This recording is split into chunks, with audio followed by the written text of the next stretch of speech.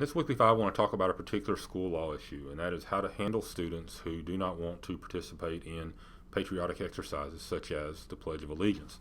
And this all started because backup quarterback Colin Kaepernick of the San Francisco 49ers decided to sit and then ultimately kneel during the national anthem before football games. And this created a little bit of a patriotic fervor throughout the nation. And educators began to, in some areas, have a little bit stronger stand than they may have done beforehand in regard to students that did not stand for the pledge. And here in California, one teacher began to lower grades for individuals that wanted to participate in this act of defiance for the Pledge of Allegiance.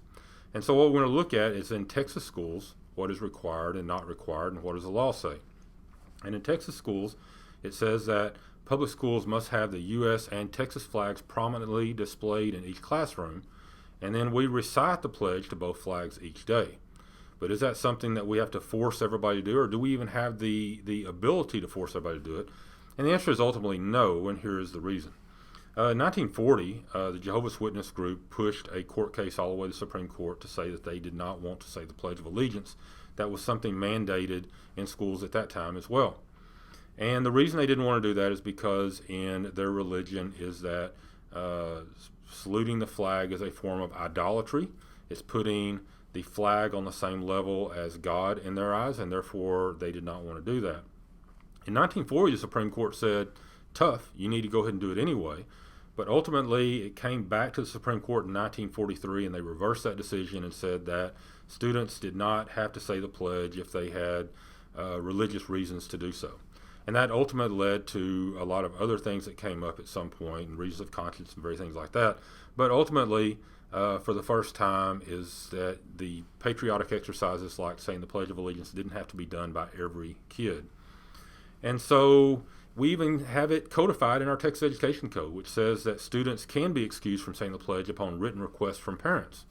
But even if you don't have a written request and a student wants to do that, there are some court cases that indicate that symbolic expression that does not create a disruption, such as in the Tinker Des Moines case where you see down there where a couple of students went around wearing a black armband to protest the Vietnam War, and they ultimately won because it was a symbolic expression in which there was no disruption. And probably this would be a similar type situation if you had a student wanting to do that with the Pledge of Allegiance or something like that as well. So what do we do in our schools? I think ultimately we want to not penalize students if they have some type of symbolic expression. And we want to make sure that it creates as little example setting as possible. I always like the idea and have had in my administrative days students that came in that were had religious issues with patriotic exercises. And what we try to do is go ahead and excuse them during that time. So they weren't setting an example for the overall class, and yet we were still allowing them to have free exercise of their religion, personal religion, and it created no disruption whatsoever. And at UT Tyler, we know sometimes it's tough out there in administrative jobs, and we want to be able to help whenever we can. Let us know what we can do.